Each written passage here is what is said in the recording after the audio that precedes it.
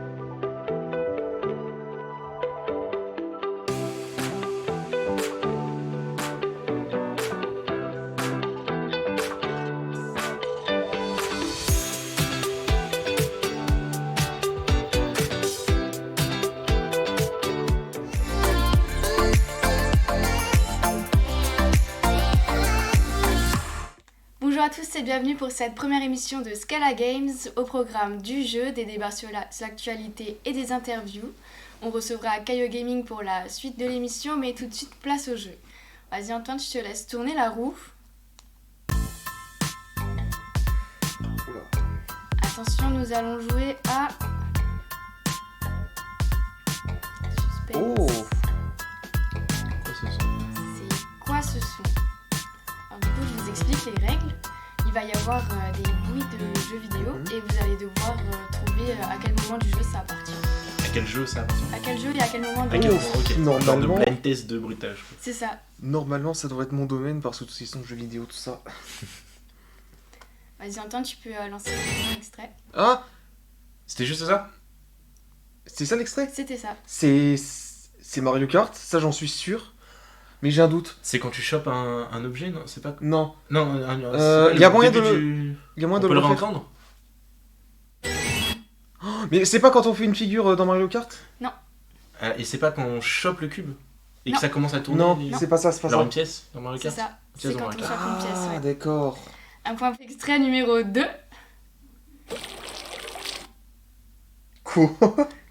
On a le droit à des indices. Ouais, ou y a un pas un truc, petit j'avoue indice qu'on Vous pouvez me sèche. poser des questions, je peux répondre par oui ou par non. Ok. Est-ce que c'est un jeu multi? On peut. En Ok. ligne? Est-ce que c'est un jeu Nintendo? Oui. La console?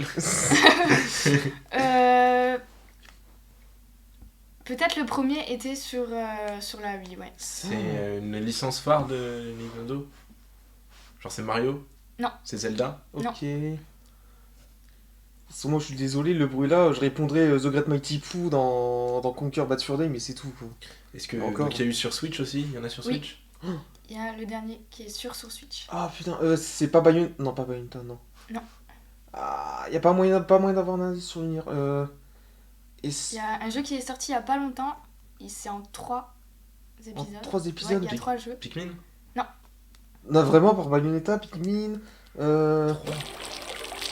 C'est pas vrai, mais ça me dit tellement rien, c'est horrible. J'avoue, ça me dit rien du tout. 3 épisodes, 3 Nintendo. épisodes. C'est que Nintendo, c'est une exclu Nintendo. Il y a eu sur Wii U ou pas? Parce que je m'y connais un peu en Wii U. Alors là, franchement, C'est- tu me poses une colle. Non, c'est pas Metroid. C'est un jeu à l'univers un peu coloré. Ah, l'univers.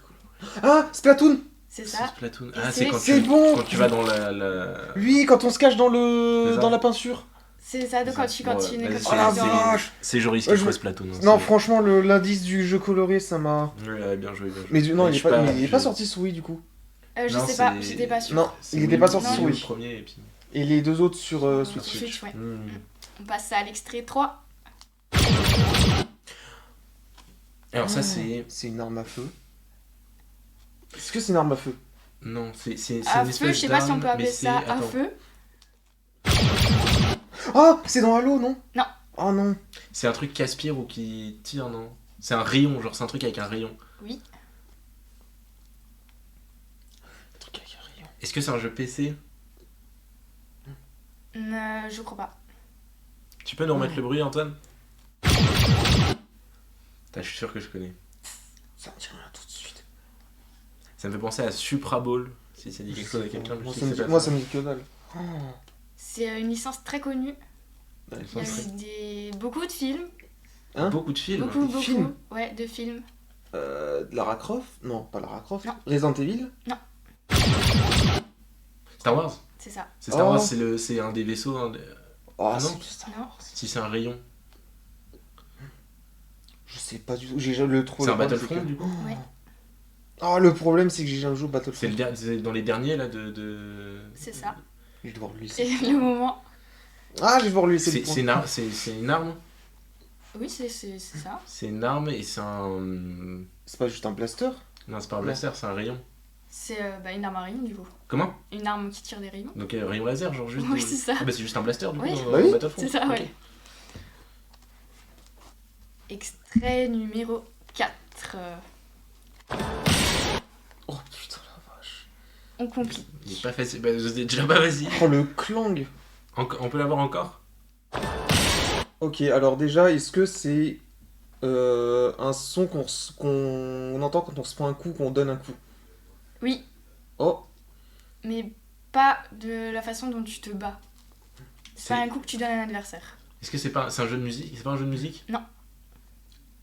oh la vache. On tape quelque chose? Oh, à part taper un... Est-ce qu'on tape quelque chose de vivant? Un truc en métal? Non, Un mur?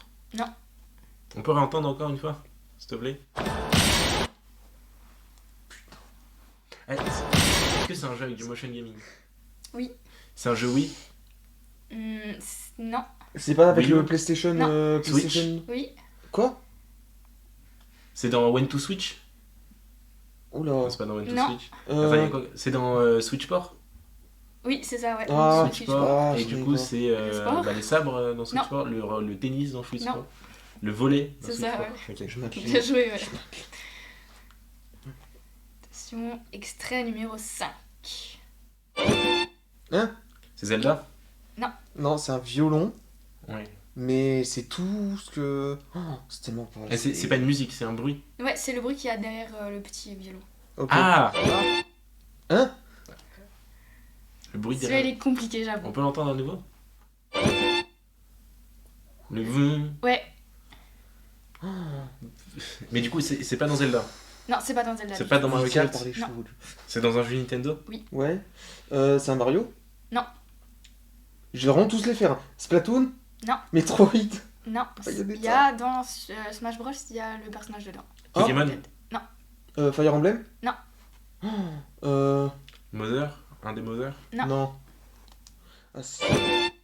Alors, un perso Smash Bros. Kid Icarus. Non. Putain. Xenoblade Chronicles? Non, Putain. Attends. Pardon. Kid Icarus? Star Fox? Et qui d'autre? Star Fox? Kirby? Ah? Kirby. C'est pas le bruit de Kirby quand il se transforme en pierre? Il aspire. c'est ça, ouais, quand il Attends. aspire. C'est toi qui as Refais trouvé voir. Le... Ok, ouais. Non, mais sans déconner, Ok. tu entends respiration. Celui-là. Attention, extrait numéro 6.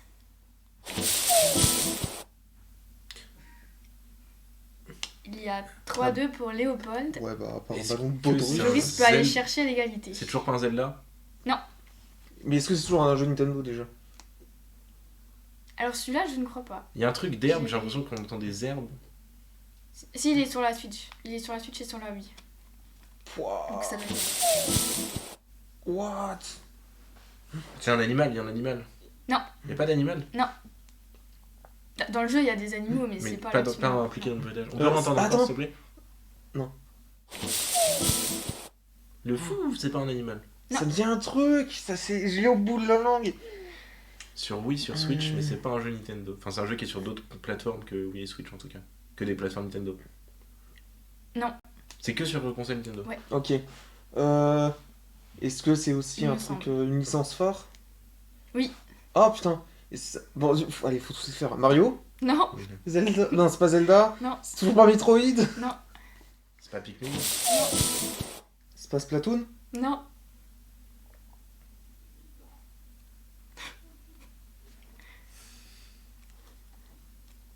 J'avoue que le Oh bruitage la est tellement pas. vache.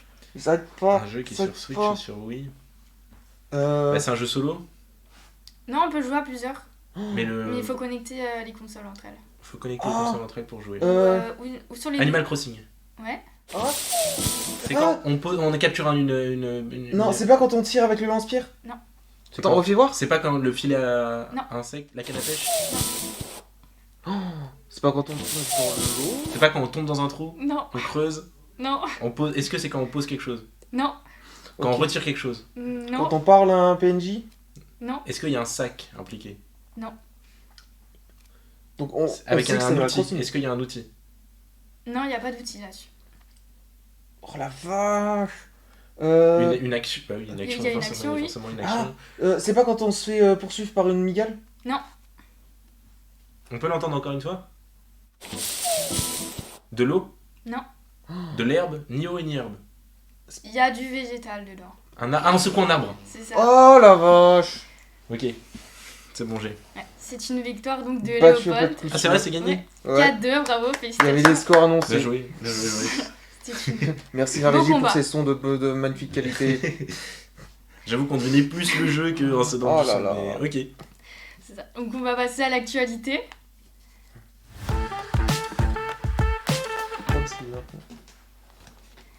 Donc, cette semaine, donc, on a appris que la musique de jeu obtient sa catégorie aux Grammy Awards.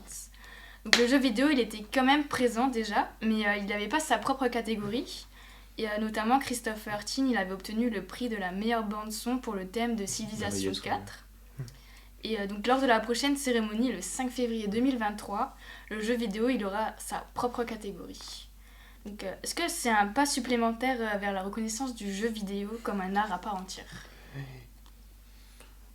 Comme un art, comme un domaine culturel. Parce que il y a déjà, je crois qu'il y a une catégorie déjà mais en bande-son d'un média. C'est ça, ouais, mais pas Et du uniquement coup, du jeu vidéo. média, c'est pas forcément un art non plus, donc je sais pas si c'est vraiment dans le sens de l'art, mais en tout cas, oui, c'est plus grande place du jeu vidéo sur la scène culturelle, quoi. Bah déjà, pour moi, on est déjà sur quelque chose qui est plus avancé que ce qu'on avait avant. Je me permets quand même de monopoliser un peu la parole, je suis désolé parce que vu que j'ai fait un mémoire là-dessus, c'est que on passe quand même de simples bips et des bruits à carrément de la musique qui est reconnue, même carrément, qui se fait Ouais. récompenser. Donc le fait de savoir que le jeu vidéo aura maintenant droit à sa propre catégorie, j'ai envie de dire enfin, c'est pas trop tôt. Et c'est peut-être pas la première fois que je vois le jeu vidéo mis comme ça sous la lumière des projecteurs. Notamment parce que je prends pour exemple, je crois que c'était sur Arte il y a pas longtemps, ils avaient diffusé un concert, un orchestre symphonique de musique de jeux vidéo. Qui reprenait notamment des musiques, je crois qu'il y avait du Assassin's Creed, du Last of Us, vraiment des gros hits quoi. Oui, mais Des ça, en vrai, classiques. c'est vrai que ça arrive souvent, et je pense que c'est un meilleur indicateur qu'une catégorie au Grammy, parce que moi je trouve que le jour où on aura vraiment une cérémonie parce qu'on connaît, tout le monde connaît Cannes, tout le monde connaît les Oscars, tout le monde connaît les Grammy, les NRJ, tout ça, enfin on en entend parler, mais c'est vrai que il y en a hein, des cérémonies pour le jeu vidéo, mais on les connaît moins et elles sont moins connues en dehors des sphères du jeu vidéo, quoi. Donc je pense que ça, ce sera peut-être un moment plus fort quand tout le monde connaîtra les cérémonies qui sont dédiées aux jeux vidéo, quoi, les remises de prix. Puis il faut pas oublier que dans le cadre de la musique, c'est là où à la base la musique ça sert à accompagner le jeu. Là on le dissocie carrément du jeu vidéo, c'est un média à part qu'on joue, c'est-à-dire qu'on l'écoute pas au moment même où on joue au jeu. Donc c'est-à-dire qu'on n'a même pas le contexte derrière de la musique, mais cette musique est quand même reconnue. Mais après, c'est meilleure bande-son, donc c'est quand même dans le contexte du jeu. Enfin, je sais pas. Ah, c'est une C'est la question, manière ouais. de l'apprécier en fait, Mhm. c'est de l'écouter. Toi tu t'écoutes ta musique, tu joues à ton jeu, mais une personne lambda qui écoute ça sans connaître le jeu et qui se dit ah c'est de la bonne musique ça. Tu lui dis que c'est de la musique de jeu vidéo, des Oui, fois. en vrai, c'est peut-être plus sympa dans le sens de la culture qui va avec le jeu vidéo que du jeu vidéo lui-même. Ouais. Ouais, Est-ce c'est que, vrai. est-ce que vous écoutez de la musique de jeux vidéo comme si vous écoutiez par Oh, exemple de la pop Carrément. quasi Ouais. tout le temps. Carrément, ça m'arrive de plus en plus. Là. J'ai découvert une chaîne un mec, Déco sur YouTube, qui fait des. C'est un DJ, mais qui mixe que de la VGM, enfin de la musique de jeux vidéo. Et il fait des bêtes de mix et ça fait découvrir des musiques de jeux vidéo qui étaient excellentes, de la house et tout, de la techno, mais des jeux des années 90, quoi, qui avaient des bandes son de fou, quoi. Et, Ah, moi, ah pardon, vas-y. non, mais j'avais terminé, Mais moi du coup je suis plus sur... alors c'est Gilva Sumner, non Gilva Sumner je crois que c'est son nom, et qui a aussi une chaîne YouTube, mais lui il fait pas de remix, il prend vraiment les musiques de jeux, surtout particulièrement des jeux Nintendo, et il les met directement sur la chaîne. Donc des fois ça m'arrive de, même quand on est même entre potes sur Discord, à l'époque où les potes de musique fonctionnaient encore, on se mettait des musiques de jeux vidéo en fond, puis on jouait chacun de notre côté, on discutait. Mais oui, musique de jeux vidéo, j'en écoute quasiment tout le temps de mon côté. tu connais Sylva Gunner, du coup. Oh, alors c'est si Wagoner. C'est pas juste le C, le S et le G qui sont inversés. En fait, le truc c'est que c'est pas Silva parce que c'est un IL, Hein. mais en fait c'est un I Ah, majuscule. d'accord, ok. Donc c'est ça la blague. Mais le truc, c'est qu'en fait, c'est une chaîne parodique de cette chaîne-là, où il fait des musiques de jeux vidéo qui présentent comme si c'était la vraie musique, et il y a un twist drôle dans la musique à chaque fois, c'est très très drôle. C'est parodique, Mm. souvent tu t'y attends pas, c'est marrant. Il y a Microsoft qui révèle le nombre de consoles dans le monde et s'avoue vaincu face à PlayStation. Donc dans les chiffres de Microsoft, on a que au niveau des consoles Xbox, ils ont été vendus à 63,7 millions en 2021 et au niveau des PlayStation à 151,4 millions. Donc c'est à peu près au niveau PlayStation, c'est le double des consoles de Xbox. Et est-ce que vous êtes surpris par le fait que ce soit PlayStation qui soit devant à Microsoft? Quelle PlayStation C'est déjà ça la question. Ils précisent pas. Ouais, c'est pas la PS5. Je crois qu'on Ouais. avait regardé en plus avec des copains. La PS5, elle est à. Elle avait tout juste dépassé la Wii U. Mais Ah, merci les stocks, hein. bah en vrai, ouais, si c'est les deux PlayStation, ça m'étonne pas tant. J'avoue que je serais curieux d'avoir la dernière gène. Ça, ce serait intéressant, Ouais. je pense. Et ils n'ont pas communiqué. Ouais, bah ça m'étonne. Mais parce que je me demande si est-ce qu'ils ont vendu beaucoup des séries X, des séries S. J'en ai aucune idée, le problème c'est que moi Xbox je m'y intéresse. Hmm. Mais je sais déjà que il doit y avoir un truc culturellement parlant, par exemple, je prends par exemple le Japon, tu regardes au Japon, des Xbox qui se vendent, il y en a quasiment qu'une, alors Ouais. que PlayStation là-bas C'est sûr. c'est à ras-de-marée. De toute façon, même eux maintenant ils misent plus. Enfin, Sony ils misent tout sur leur console alors que Xbox, bah, c'est PC quoi maintenant aussi. Donc L'indicateur est moins important pour eux aussi, Michel. C'est pas leur. Ouais, surtout depuis l'arrivée du pass. Mais le Game Pass, ouais, est hyper important pour eux. Maintenant, ils sont vraiment sur un truc transversal, quoi. Vous êtes plutôt à PlayStation ou Xbox? PC. J'ai envie de dire PC Nintendo, mais à choisir entre les deux, PlayStation.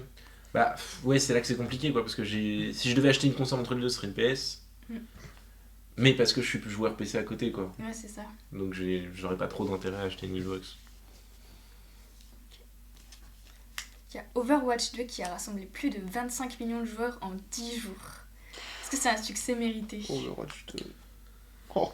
Moi, je suis un rageux d'Overwatch, j'aime pas ça. Mes collègues jouent à ça, tous mes copains jouent à ça. Je suis en train de perdre tout mon cercle social à cause de ce jeu-là, donc non, pas mérité. Non, mais en vrai.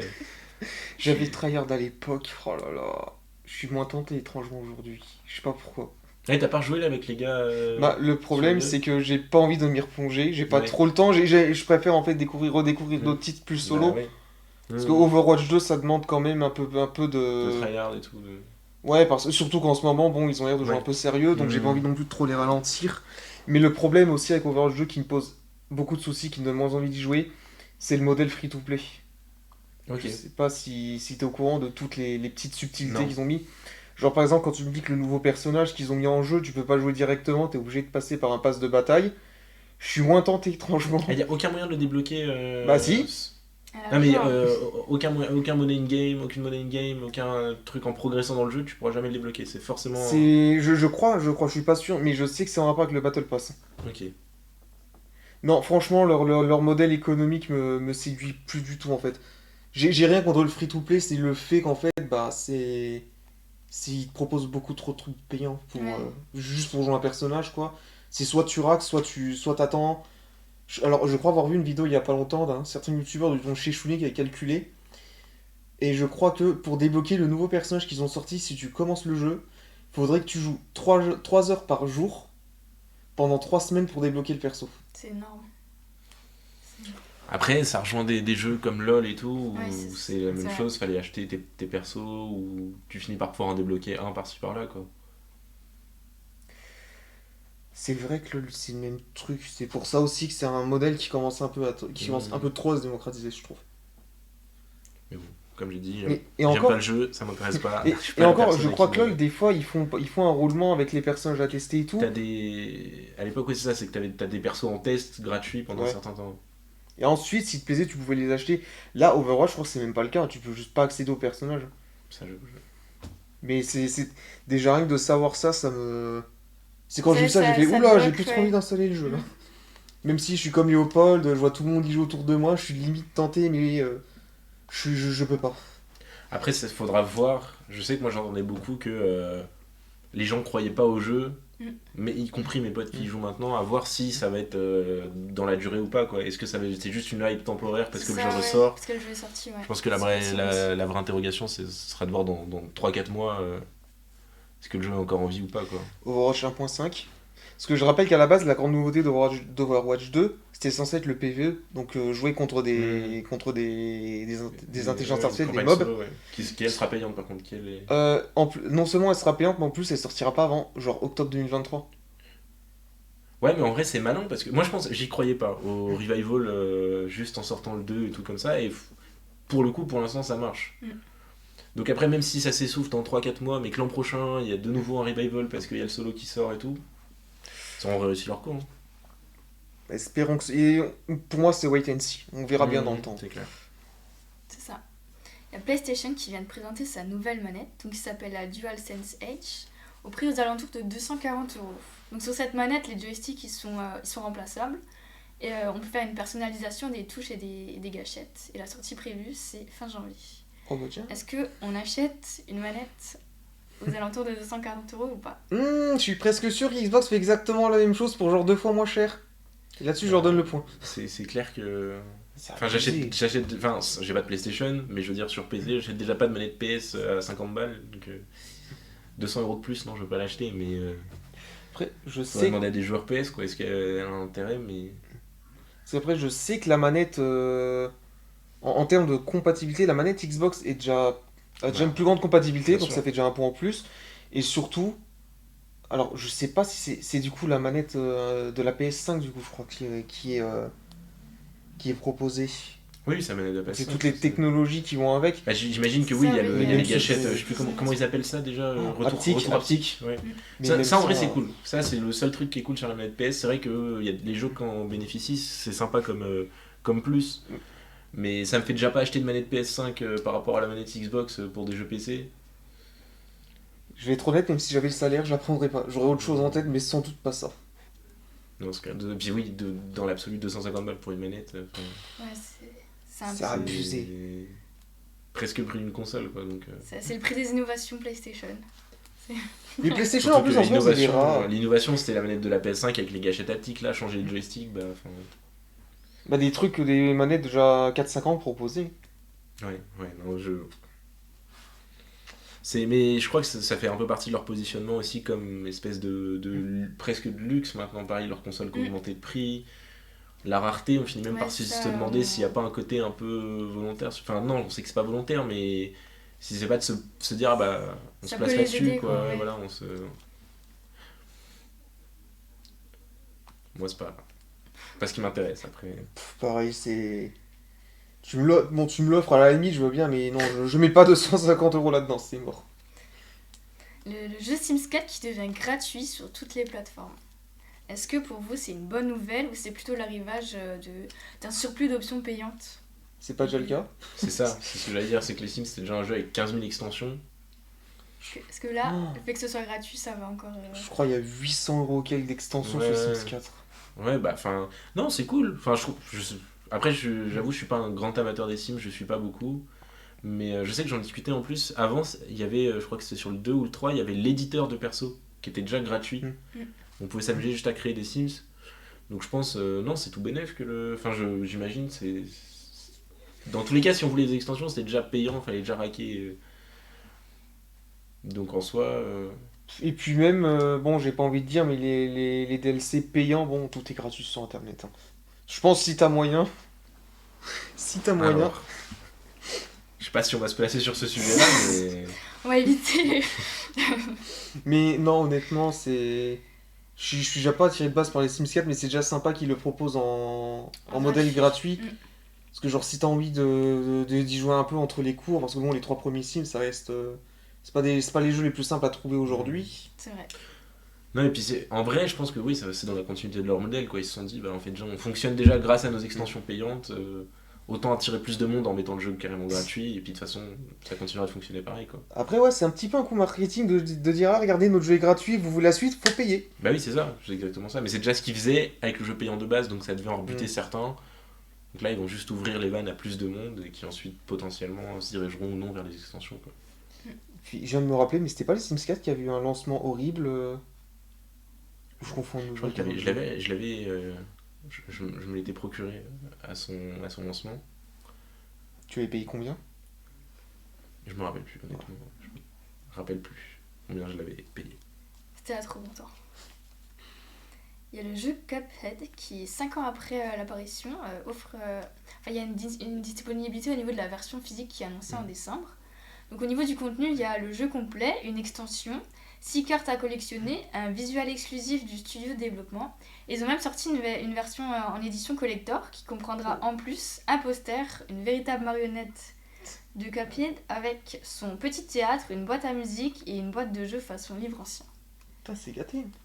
C'est parce que, oui, c'est ça, il y a le DLC qui sort en même temps, c'est ça, c'est pour la sortie du DLC. Je Voilà, crois sorti, qu'il est. ouais. Ah, Et je crois qu'il c'est- était déjà sorti. Je crois qu'il est. J'avoue que j'ai un doute là-dessus, j'aurais dû vérifier. Celui avec Avec la la meuf. tasse, ouais. Ouais. Et avec la tasse, oui, c'est Cuphead. Mais non, moi je trouve ça cool. Enfin, après, est-ce que les gens l'achèteront? Oui, j'imagine, pour acheter. Enfin, moi je Bon, le trouve. côté collection, oui. Je trouve qu'en plus, enfin, franchement, c'est un jeu qui en soi était déjà un bel objet, ce qui était joli et tout, et qui donnait envie d'avoir un objet physique qui soit à la hauteur à côté, quoi. Donc je trouve que c'est une bonne nouvelle, quoi, pour les. J'ai jamais joué à Cuphead, mais franchement, pour avoir vu des let's play et tout, je sais qu'en plus, enfin, je suis pas sûr, mais je crois avoir entendu que vraiment tout est dessiné à la main. Tout était animé, ouais, à la main et tout. Donc, déjà rien que l'effort qu'ils ont fait C'était- là-dessus. ouais, non, Ça faisait penser un peu au premier Mickey. Oui, c'est ça, Ouais, c'était c'est l'inspiration. but, hein, c'est inspiration. Les cartoons des années 30 et tout, c'était clairement inspiration. Et c'était. Non, le jeu, c'est une réussite, le jeu est super sympa. Moi, je C'est l'avais ça, pas ouais. fini, Mm. mais Non, il était trop cool. Ouais, non, puis la hyper direction joli. artistique, elle est vachement Elle bien est faite. nickel. Mm. C'est une pépite. Et puis, pour en revenir sur le coup de le jeu est sorti il y a 5 ans, mais ils ont sorti une édition physique seulement maintenant. C'est surtout, je sais même pas si Cupcake est considéré comme un jeu indé à la Cuphead. base. T'as dit Cupcake. Que si Cuphead, pardon, est considéré comme un jeu indé à la base. Mais ils avaient pas été financés par financement participatif à la base? Je sais Je pas crois du que tout. c'était un financement participatif à la base, Cuphead. Je veux pas dire de bêtises, mais il y a personne pour me confirmer. Mais je crois que c'était un financement participatif à la base. Pour moi, c'est clairement un jeu indé. Ouais, au début, ouais. Bah, Du coup, là, il sort en physique, donc parce que que- sur toutes les consoles. Mais... ouais, parce Il que est déjà de sur base- toutes les consoles après, mais. Ouais.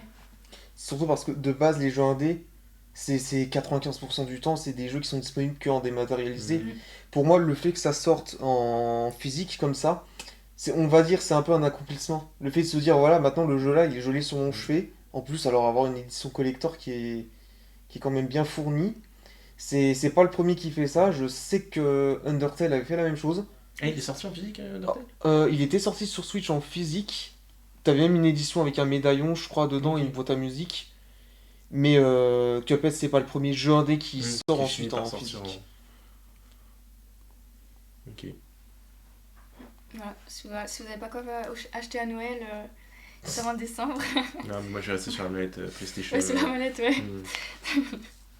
Et le prototype de Super Smash Bros. Qui a été dévoilé par son créateur Sakurai. Donc au début, le jeu il s'appelait Dragon King The Fighting Game. Et donc, on voit qu'à l'époque, c'était des personnages plus classiques, avec donc des personnages comme nous, quoi. Mhm.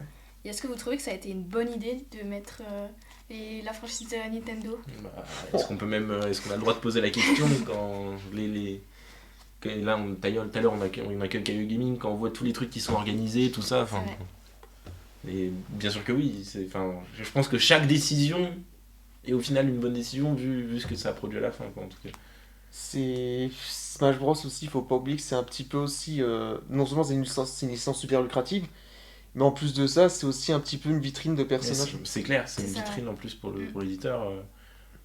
Non, c'est une réussite. Mais du coup, ouais, en fait, quand t'as annoncé le sujet, le prototype, je comprenais pas en fait. Oui, c'est le prototype du premier Smash Bros. Oui. Je croyais que tu nous disais le prototype du prochain Smash qui était déjà Ah. annoncé. Et je me disais, putain, j'ai raté une c'est- grosse news. Non, ok. Mais c'est pas dans. Parce que Sakurai, Il est pas encore. il a sorti une chaîne Oui, il a là, sorti une chaîne où il sort. sur le game design. C'est ça. Et c'est dans ce cadre-là qu'il a. Ouais, il a Ok. sorti ouais, Ah, faut que je regarde alors. tout c'est le- super intéressant. J'étais au courant de l'existence du prototype, c'était pas les personnages de Nintendo. Non, ouais. C'est un peu des Stickman, mais un peu Mm. gonflés, Ok, comme genre, ça. enfin, un jeu de combat standard. Ouais. Quoi. Parce que je vais être honnête, s'ils gardaient exactement le même fonctionnement que Smash Bros aujourd'hui, mais pas avec les personnages de Nintendo, clairement pour moi ça aurait pas eu le même succès. Aussi bon, fut le jeu. Ouais. Oui, c'est clair que le fait de jouer les persos et tout, c'est kiffant, quoi. Bah ouais, trouver ton petit personnage, trouver ton main, Mhm. le perso dont tu vas apprécier plus le gameplay.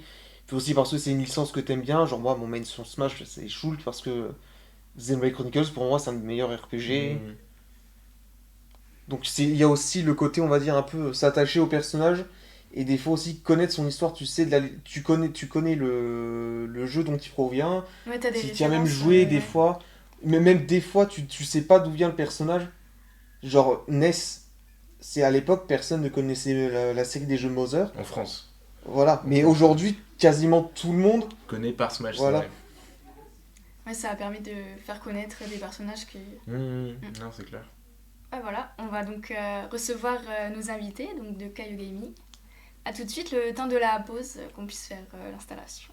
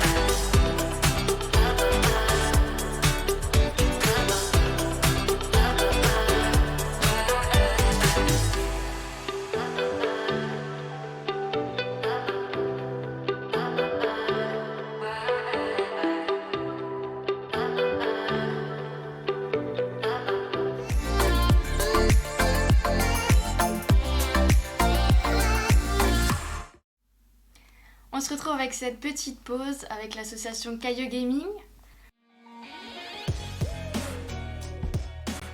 Bonjour Nicolas et Johan.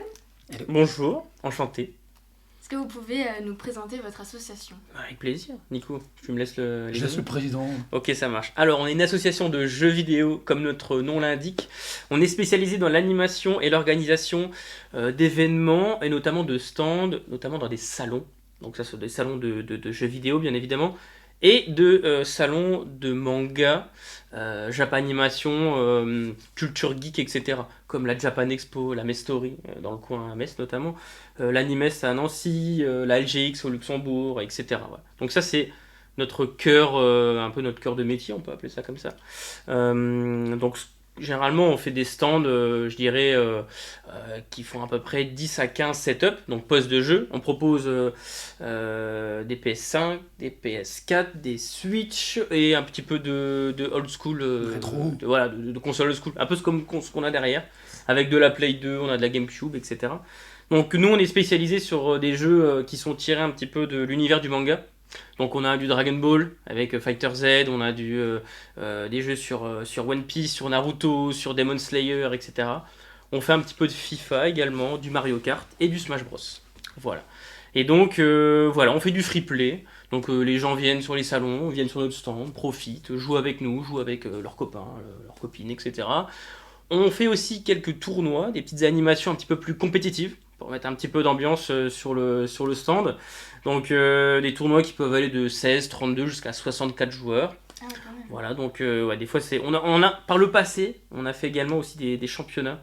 Où là on avait sur 3-4 mois à peu près 120, 130 joueurs qui s'affrontaient tous les 2-3 semaines. Quelque chose d'assez costaud, mais ça demande beaucoup d'investissement de la part du staff. Donc on est plutôt resté maintenant sur un format présence en salon. Voilà, c'est dans les conventions. Et on bosse aussi pas mal avec des mairies, donc on organise des animations, des petits salons pour différentes mairies. On peut parler, je sais pas, on a déjà fait à Gourdange, Mézières, Longwy, Saint-Avold, c'était le week-end dernier, Saint-Avold d'ailleurs. Verdun, voilà. Donc pas mal d'animations qui font c'est un peu ce qu'on fait en salon, mais pour les jeunes des différentes localités dans le coin. Et Voilà. au niveau des salons, vous avez plus des jeunes ou il y a vraiment toutes les catégories d'âge qui viennent jouer à vos jeux ? Ça dépend le salon. Ouais.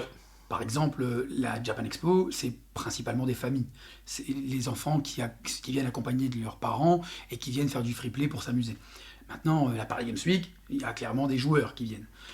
Un salon qui sera plus axé sur l'e-sport. Généralement, il y a des équipes, des mecs qui s'entraînent toute l'année, qui viennent sur le salon, qui viennent pour le tournoi, parce qu'ils sont attirés par le cash prize, parce qu'ils sont attirés par la réputation. Et alors là, c'est beaucoup plus des gamers solo ou en équipe. Ouais, c'est ça. Et en parlant de compétition et de gros gamers, on a aussi dans l'association toute une partie e-sport. On a créé une équipe e-sport. Donc il y a 4 ans déjà. On a créé ça la saison remonte 2016 et on peut-être a en 2019. lancé en 2019 Ça fait 3 ans. la Team Ça fait Caillou. 3 ans. Ouais, la Team Caillou. Je crois que Nico en plus t'as le t-shirt en dessous. T'as le maillot en dessous de ton t-shirt. Voilà. Il est brandé. Donc en fait on avait décidé à l'époque de se diversifier un petit peu et donc intéressé quand même par tout ce qui est un peu compétitif. On a décidé d'ouvrir une équipe e-sport. On s'est positionné sur Smash Bros. On a notamment le meilleur joueur de Lorraine avec Ismaël. On est sur FIFA. On a aussi le meilleur joueur de Lorraine, ou un des meilleurs en tout cas, parce qu'il y a les pros à prendre en compte. Donc on va dire dans le top 3, on a Abdou, qui est champion de France l'année dernière, et champion de Luxembourg. Champion de la grande région, donc franchement Abdou, respect. Et on avait également une équipe Hearthstone. On a eu aussi On a eu une équipe Valorant, on a eu du LoL, Ouais. on a eu des joueurs Mario Kart. Ouais. Mais bon, après, il y a un turnover qui est assez conséquent. Ouais. Et toutes les teams ne sont pas actives en même temps. Moi c'est ça, voilà. En ce moment on est sur du Smash Bros et du FIFA. Ça se passe très bien, on a des joueurs qui sont là depuis 3 ans. On a 7-8 joueurs sous contrat. Ça se passe très bien. Donc ça c'est, on va dire, c'est l'activité, la deuxième activité de l'association. En gros, quand on s'est rendu compte qu'on mettait beaucoup de moyens dans la communication autour de l'association Caillou Gaming, on a décidé de revenir un peu en arrière là-dessus et de rediriger cet argent vers la passion qui anime les membres de l'association. Typiquement, les joueurs, on va leur financer le transport, on va leur financer l'hôtel, la nourriture et les frais d'inscription, matériel si besoin. Vous êtes un peu des managers, des agents? On a dans l'équipe des staffs qui ont cette casquette-là. Ouais, en fait, c'est un peu ça. Pour ceux qui ne connaissent pas le principe d'une équipe e-sport, notamment, on est considéré comme semi-pro. C'est-à-dire qu'on a un budget attribué aux joueurs, donc on les défraie. Ok. C'est un peu le rôle d'un agent, donc c'est-à-dire qu'on va leur préparer Trouver les contrats, trouver les tournois. les tournois, billets de train, défraiement, la nourriture, la mise à disposition. On a un local où on stocke le matériel et où les joueurs peuvent également s'entraîner. Voilà, on a des setups. De temps en temps, quand on arrive à avoir assez de staff, on a des coachs. On a. On a surtout le fameux local. Ah oui, ah oui. On a à peu près un peu moins de 100 mètres carrés. C'est Sur le- un local d'entraînement? Ouais, bah, en gros, c'est un local qui initialement nous servait à stocker du matériel. Ok. Mais vu la dimension du local et vu l'investissement de tous les membres, c'est devenu un local qui permet d'aller faire du développement web et surtout de l'entraînement pour les joueurs. Ils ont leur créneau horaire, ils peuvent venir avec un badge et quand ils sont inscrits, ils ont full accès au matériel, C'est aux ça. consoles, aux écrans. C'est un lieu de vie pour l'association. Et donc, en fonction des besoins qu'on en a, des différents membres, on peut venir n'importe quand. On a l'avantage d'avoir. C'est assez rare pour une association de la taille de Caillou, notamment dans le jeu vidéo, d'avoir à disposition un local. Et donc, ça, pour les joueurs dans le coin, c'est aussi un fort argument qu'on a pu leur proposer. Parce qu'en plus d'avoir un budget à disposition au cours de l'année pour les aider à participer à des compétitions un peu partout en France ou même en Europe, on a un local pour s'entraîner. Donc voilà, c'est très intéressant. C'est attirant. Ouais. Ouais, voilà. Voilà, on s'est un petit peu éparpillé un petit peu partout, donc j'espère que c'est clair. Mais voilà. N'hésitez à une question. J'avais une question, mais par curiosité, ce local, il est basé où? On est à Romba, Ok. c'est juste à côté d'Amnéville, pour Ouais, ceux qui ne je vois connaissent pas le coin. exactement où c'est du coup. Et pour l'anecdote, en fait, il est mis à disposition par notre sponsor, le sponsor qui est Horn THD. On en Oméga, ouais. Ah, c'est Ouais, mon Horn, fournisseur, c'est ça. ça. Fournisseur d'accès Fournisseur internet, exactement. exactement. Donc on a eu une chance assez dingue d'avoir accès à un local vraiment. On les remercie énormément. Ah ouais, franchement, franchement, c'était une des plus belles opportunités qu'on a eues depuis la création de l'ASSO en 2016. Donc l'ASSO a 7 ans pour la petite anecdote. Et voilà, c'est vraiment j'ai envie de dire maintenant un must-have, quoi, parce qu'on a maintenant tellement de matériel, on a tellement de membres dans l'association, tellement de besoins que avoir ce local, c'est vraiment Ce serait un gros difficile plus. de faire sans. Ouais, c'est c'est clair, ouais, tout à fait. Et moi je me demandais, parce que du coup vous êtes une asso avec une équipe e-sport, et là c'est vrai que quand on pense à des équipes e-sport, la plupart du temps on pense à plutôt des entreprises ou des groupes comme ça. C'est quoi comment ça diffère chez vous, le fait que ce soit une association pour le côté sportif? Bah justement, c'est pour ça tout à l'heure je parlais de semi-pro. En fait, l'e-sport, on va dire, la partie compétitive, les équipes e-sport, nous, de ce qu'on a analysé, en tout cas du marché, on distingue ça on va dire en 3 catégories différentes. On a les équipes amatrices, qui, en gros, sont un regroupement de personnes officielles, sans forcément de budget, mais rien qu'avoir des personnes qui se regroupent ensemble, qui peuvent échanger, qui s'entraînent ensemble, etc. Souvent, ils ont un maillot, etc. C'est déjà top pour un début.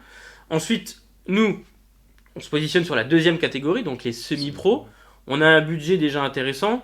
On atteint dans les plusieurs milliers d'euros, on va dire, pour une dizaine de joueurs à l'année.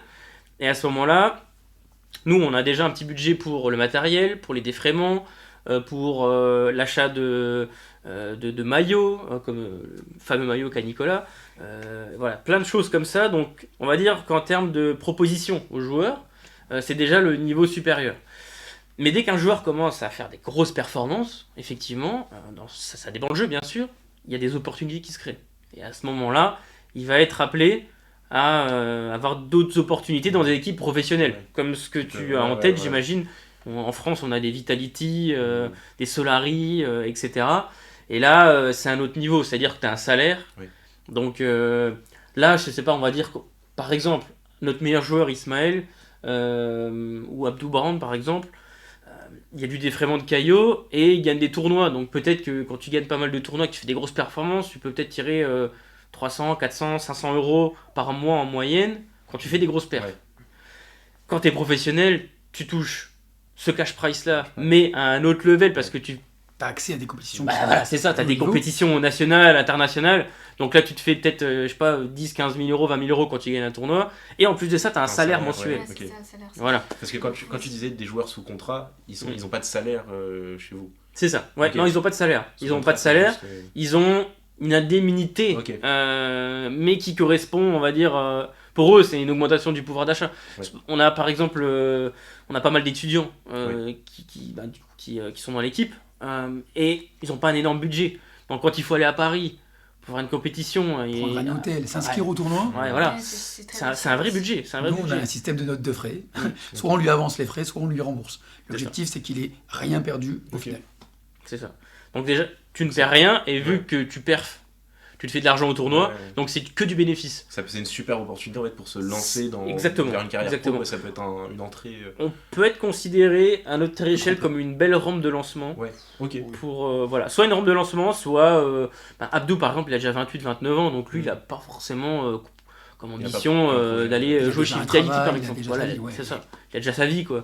Donc lui ça lui va très bien. Ok. Voilà, nous c'est convivial, on est un groupe de potes, il y a le côté local, quand on y va en tournoi, ils vont en tournoi entre potes, ils ont les maillots tous les ans, donc c'est cool quoi. Ça permet de profiter de ta passion à un haut niveau, quand même un niveau très très correct, tout en ayant des avantages très sympas qu'on n'a pas quand on n'est pas dans une équipe. Justement, j'aurais aussi une autre question. Alors moi, ce serait plutôt sur tout ce qui porte sur le côté juridique. C'est que concrètement, pour résumer, vous utilisez des licences de jeux vidéo qui vous appartiennent peut-être pas forcément, pour pouvoir derrière organiser des tournois quand même, et des trucs de ce genre là. Donc du coup, comment ça se passe en fait de ce côté-là? Bon, désolé, je vais encore prendre la parole, mais j'aime bien ce Je peux répondre, mais j'aime bien ce sujet. je sais, c'est- vas-y. Parce que Ça, je suis désolé, c'est juste que je pense souvent, par exemple, Ouais. à Nintendo qui est surtout tatillon sur Smash Bros. C'est clair. Alors ça c'est un grand sujet qui a pris beaucoup de place à la création de l'assaut. Quand on a créé l'assaut en 2016, on n'avait absolument aucune idée des réponses à ces questions.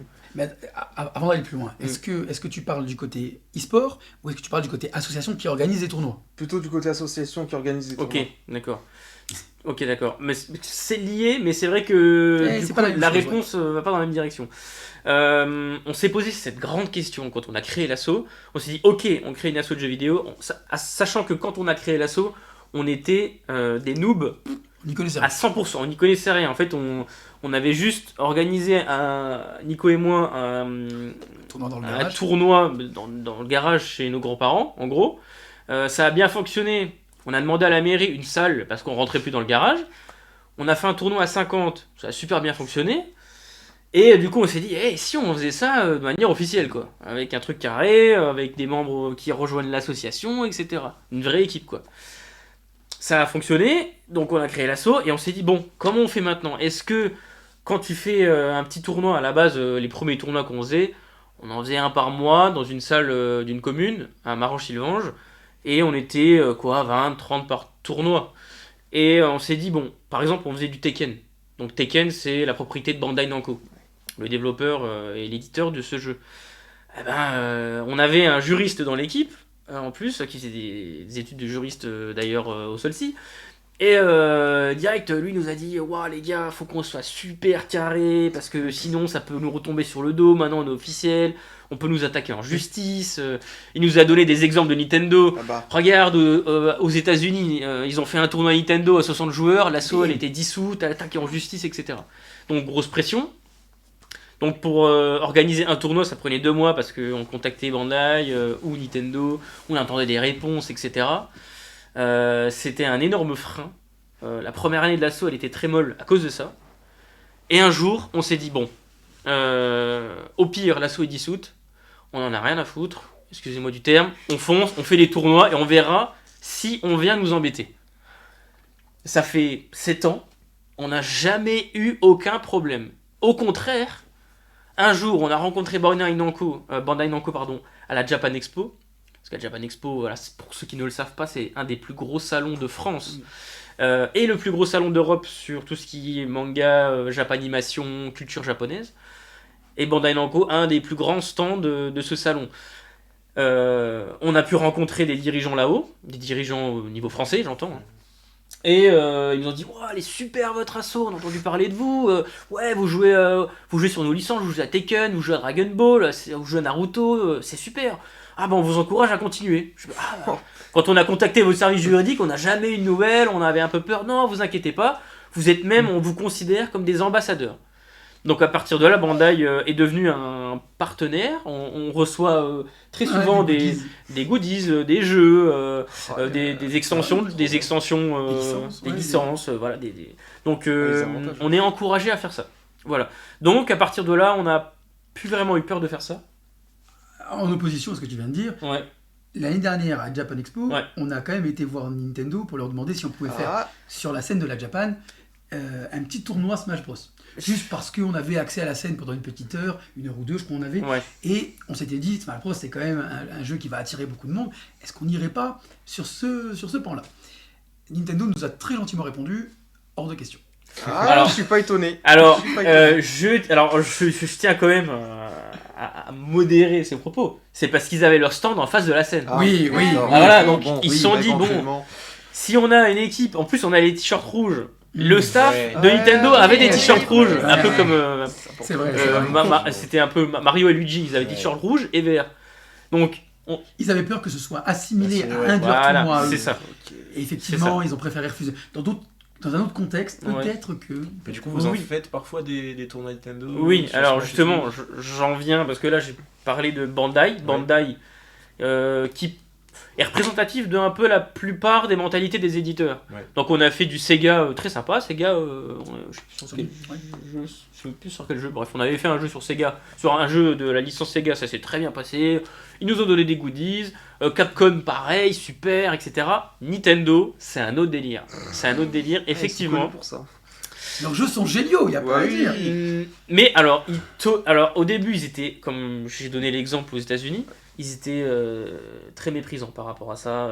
C'était très très très carré. Ils veulent absolument maîtriser leur image.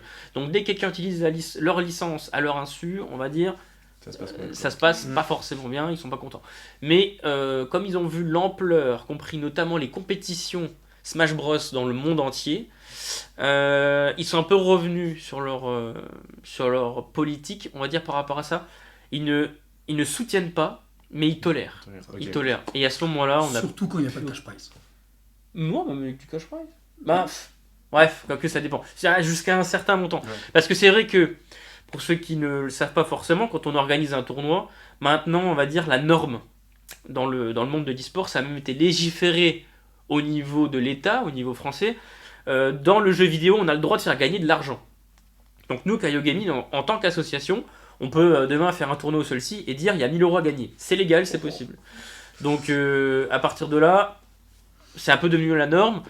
Nintendo a toléré aussi ça, mais jusqu'à un certain montant. Après, tu prends Solari avec les Wanted, c'est les plus gros tournois mensuels de France, ils sont à Paris. Des fois, ils font des tournois à 200 joueurs, il y a 5000, 6000 € à gagner. Nintendo, il dit rien. Donc, pour répondre... Tant qu'il n'y a pas de problème. Ouais. S'il n'y a pas que l'image Voilà, de Nintendo, c'est ça. En fait, c'est encore un flou juridique. Mais tant que les éditeurs tolèrent, voilà, tant que ça se passe bien. si demain Nintendo venait nous trouver en nous demandant d'arrêter ou de faire... Je pense qu'on s'écraserait, qu'on serait... Il y a un- Ouais, c'est sûr. Mais on n'a jamais eu de problème. Mais c'est sûr que Nintendo, c'est spécial, quoi. C'est un peu comme Disney dans le monde de l'audiovisuel, quoi. Leur licence, c'est ultra spécifique, il faut pas les protègent. toucher, ils se protègent à fond la caisse. Voilà. Mais depuis qu'on a arrêté de se prendre la tête là-dessus, on n'a eu aucun souci. Que des avantages, même des opportunités. Mais après, vous leur faites un peu la promotion, donc... C'est sûr, c'est sûr. Après, vu que c'est une promotion non maîtrisée de leur côté, ils sont un peu réticents. Mais au final, que du positif, on tire rien. J'ai vu que vous avez aussi créé 2 championnats, donc le Kaio Smash Series axé sur le jeu du coup Super Smash Bros. Et aussi le Kaioken Championship, donc où les joueurs s'affrontent sur Dragon Ball Fighter Z. Pourquoi vous avez choisi ces 2 jeux en particulier? Nico. Pourquoi Dragon Ball Z? La naissance de notre association tourne autour de ce manga-là. On a grandi avec ce manga, on a grandi avec Sangoku, avec Sangohan, avec tous les personnages de cette licence. On a évolué en même temps qu'eux. c'était une évidence de se tourner vers Dragon Ball Z. En plus, comme tu l'as dit tout à l'heure, pour organiser un gros tournoi sur un jeu, il faut beaucoup d'investissement des staffs. Ouais. Il n'y a rien de mieux que d'avoir une licence qui nous attire et qui nous plaît pour motiver les troupes et organiser quelque chose qui a plus d'envergure. C'est clair qu'en fait, la plupart de nos décisions sont concentrées, c'est du bénévolat, on est une asso. Donc, nos décisions sont concentrées sur ce qu'apprécient les membres du staff. Donc, au début, c'était le Kaioken Championship 2018, 2017-2018, je Je crois. sais plus. Je crois que c'est ça, 2018. À cette époque-là, l'asso avait 2 ans. Et en fait, l'asso, quand l'asso a été créé, on était, comme le dit Nico, que des fans de DBZ. Avant d'être des fans de jeux vidéo, on est des fans de Dragon Ball. Donc, Bandai venait de sortir un nouveau jeu, ça a relancé la hype du versus fighting sur DBZ, donc on s'est directement positionné là-dessus. Donc c'était une évidence. Après pour Smash Bros, pareil, Nintendo, on est aussi des grands fans de Nintendo, ont sorti Super Smash Bros Ultimate, après un petit peu pas des bides, hein, mais bon, tout le monde était un petit peu déçu de la version Wii U de Smash. Quand Ultimate est sorti, c'était la folie, quoi. En 2019, c'était franchement une hype de malade. Et du coup, on avait beaucoup de fans du jeu, pareil, même principe que disait Nico. Et on s'est dit, on va se lancer là-dessus. Et franchement, c'était un carton, quoi. C'était un carton. On a fait un tournoi à la Metz Story, donc qui est le plus grand salon. C'est un peu le Japan Expo de Metz, c'est le plus grand salon de manga culture japonaise à Metz. Et on a fait 120 ou 130 joueurs, je crois. Donc, je crois que c'est notre record sur un tournoi. Et Smash Bros, incroyable. Enfin, franchement, c'est une licence qui met tout le monde d'accord. Et encore maintenant, en termes de popularité, encore inégalée. Et même en tant que l'investissement de la communauté est assez folle sur Smash Bros. Et c'est pour ça que ça a pris une ampleur spéciale dans l'association, ce jeu. Ouais. J'ai tout à dire, c'est pour ça que plein d'autres éditeurs de jeux essayent de copier ce modèle. Franchement, oui. Multiversus récemment. Exactement. Oh là là, voilà. Forcément. C'est quoi les meilleurs souvenirs que vous gardez de ces jeux championnats? T'as un souvenir en particulier, toi? Bah moi, j'étais plus dans l'organisation de tout ce qui est informatique derrière. Ouais. Moi, le meilleur souvenir, c'est l'utilisation de mon logiciel pour rentrer les scores. On utilise Tournament et au final, maintenant, on peut attaquer Tournament avec une API. On a un classement des joueurs qui est interactif, avec le classement qui se rafraîchit en direct, qu'on peut projeter sur un écran. En fait, Moi, c'est ce que j'ai kiffé. Nico a créé son propre système de classement, un peu le système Elo qu'on voit sur internet avec le matchmaking. Bon, avec l'aide d'Alexis quand même. Mais oui, ouais. ah oui, mais Alexis, On a fait... bien sûr. Alexis, si tu nous regardes, si tu nous regardes, Alexis, Merci. voilà, merci. Et du coup, on avait un vrai système de classification et de points.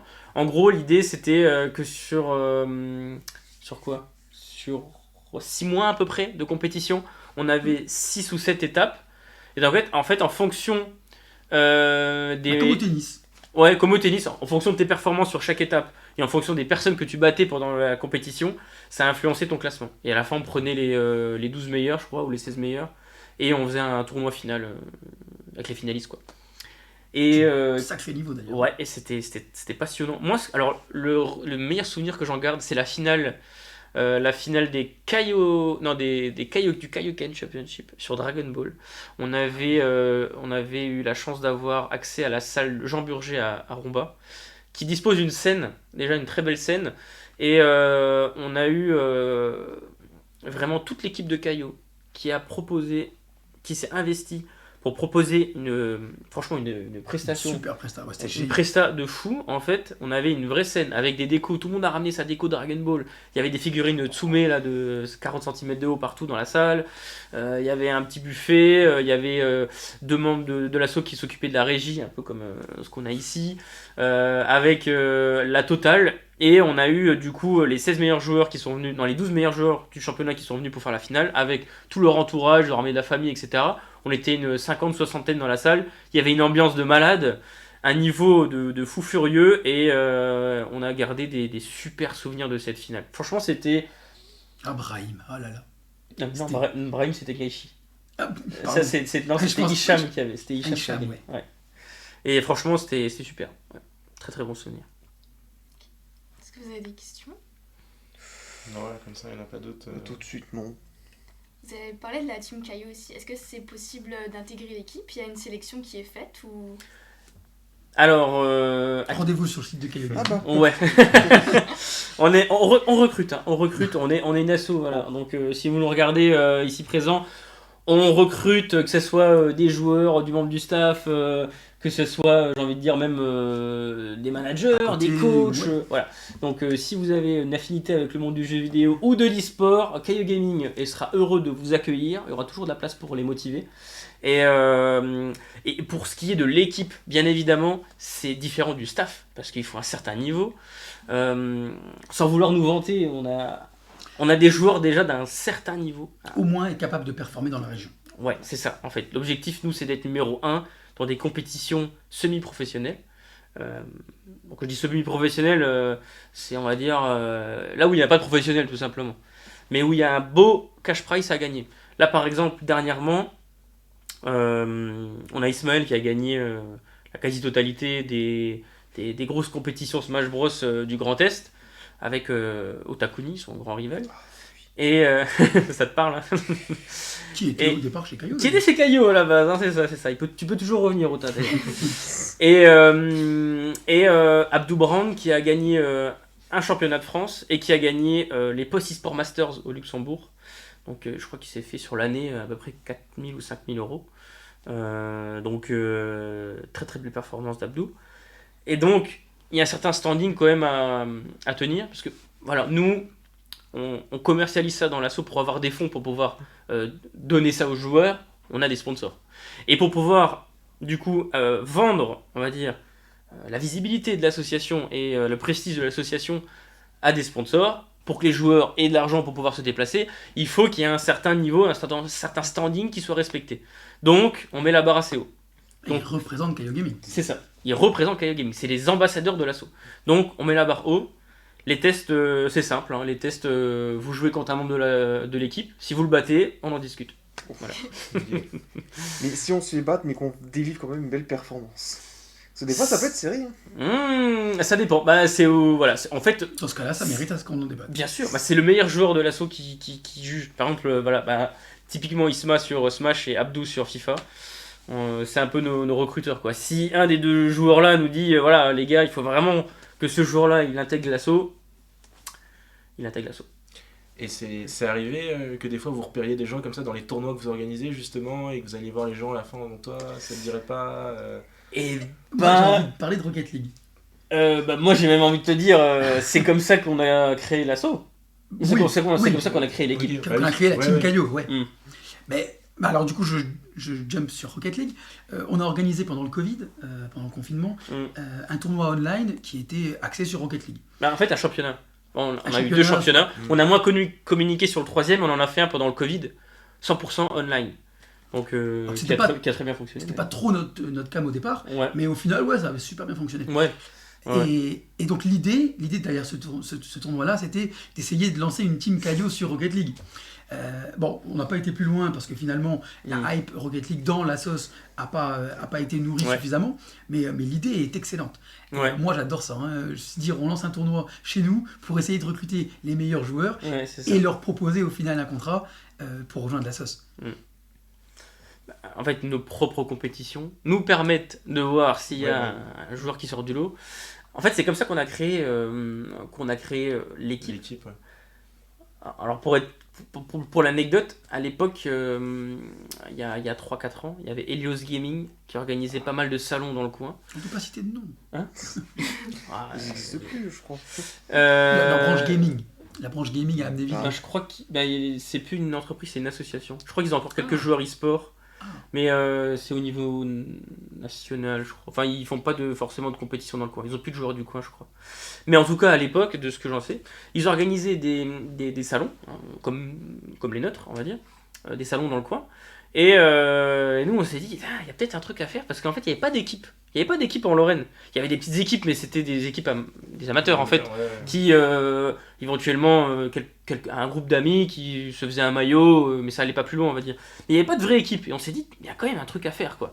Donc nous on est passé sur 3-4 salons de Helios On a regardé, lui il gagne tout le temps, lui il gagne tout le temps, et lui il gagne tout le temps. Ok, d'accord. Une fois, 2 fois, 3 fois, je dis, il gagne tous les tournois. Et un jour on est arrivé, on avait tout prévu, on avait créé des contrats, on avait fait les maillots, on avait pris 2-3 managers, on a mis un budget à disposition. Parce que l'avantage c'est que vu que nous on fait des prestats au niveau événementiel, on a un budget. Donc on part pas de zéro. Donc on a pu créer l'assaut avec déjà une base très solide. L'équipe, pardon, avec une base très solide. Donc nous on a été voir les meilleurs joueurs du championnat d'Helios, on leur a dit bon les gars, on a tant de budget, on a un maillot, une équipe, un local, est-ce que vous voulez faire partie de l'équipe? Ils nous ont dit bah ouais, avec plaisir. Et donc après pendant 6 mois, en fait les podiums d'Helios c'était du rouge partout.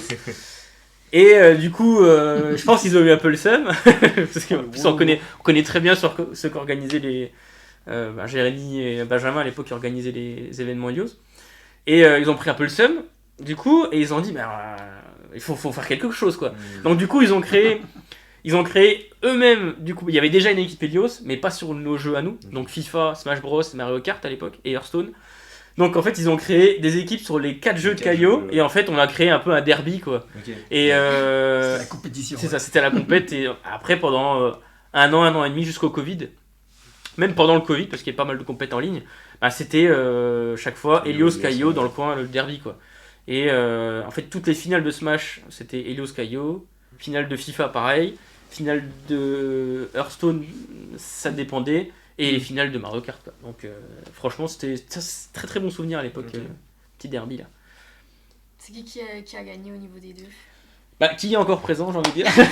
non, franchement, je pense qu'au total, je pense que c'est équilibré. Je veux pas cracher, je veux pas dire de bêtises. Mais je pense que c'est à peu près équilibré. Quand Otakuni a quitté Caillot pour Helios, ouais, en fait, on avait les deux ils meilleurs ont joueurs. rattrapé leur retard. Ouais, on avait les 2 meilleurs joueurs de Lorraine. Et en fait, ils ont récupéré un de nos joueurs. Et qui ont à peu près le même niveau. Donc au début, Ota était meilleur qu'Isma. Sauf qu'après, Isma a repris le lead sur le grand test. On avait également après une équipe Valorant. Et on avait les 2 meilleures équipes Valorant du grand test, si je dis pas de bêtises. Donc on a aussi des très beaux derbys en ligne. Et performé au niveau national. Ouais, nous aussi quasiment. Sur les Open Cup, etc. Il y avait Helios. Je parle de notre équipe Valorant. Ah oui, c'est clair. Donc au final, je pense que c'était kiff-kiff. Ouais, mais en fait c'est ça qui rendait le truc intéressant. C'était que les deux équipes s'est équilibré quoi. C'est ça qui était cool. Parce que je pense que si la balance penchait plus d'un côté ou de l'autre, ça aurait perdu un peu le fun dans la région quoi. Parce que vu qu'on est du semi-pro, t'as pas une visibilité comme du Vitality ou du Solari. Forcément, quand t'as Vitality qui fait une compète, t'as 3-4 000 personnes, même en semaine, un jeudi matin, t'as 4 000 personnes qui regardent sur Twitch. Quand t'es du semi-pro, t'as pas forcément de public. Tu repars de zéro, quoi. Donc, en fait, ton public, c'est ton entourage, c'est les assos du coin, c'est les joueurs qu'on croise sur les salons, c'est la famille, c'est ces choses-là, quoi. Donc, eux, ils kiffaient, ils ont commencé à apprécier le côté e-sport compète dans le coin parce qu'il y avait ce derby-là, quoi.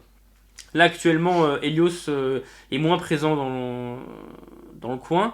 Donc en fait avec Caillot maintenant on gagne la plupart des compétitions dans le coin. Mais c'est un peu moins fun qu'à l'époque où il y avait plus de concurrence quoi. Je pense qu'actuellement on est la seule équipe en Lorraine au niveau semi-pro j'entends. Dans le Grand Est ? Ouais. Peut-être Strasbourg, mais après ça commence à être un peu loin. Donc quand tu fais des compétitions sur Longwy, Mézières, Agonange, tu te déplaces pas forcément quoi. Ouais. Dans le secteur, on est là. Ouais, c'est ça. Quels sont vos projets pour la suite? T'as des projets toi? Là actuellement, je reprends la parole parce que j'aime bien parler. Le projet pour la suite. En fait, les projets actuellement, c'était déjà la continuité, j'ai envie de dire, de maintenir les projets actuels. Ce qui est déjà en soi un vrai challenge, parce que quand t'es une asso, que survivre. Déjà, survivre. Une asso, quand t'es entouré que de bénévoles, constitué que de bénévoles, faut garder les gens motivés. Il faut un roulement, il faut de la nouveauté, mais en même temps, il faut pas sortir forcément de ta zone de confort, parce que quand tu testes de nouvelles choses, c'est aussi prendre des risques. Donc, nous, l'avantage qu'on a, c'est que ça fait un petit moment déjà qu'on est présent sur beaucoup de salons.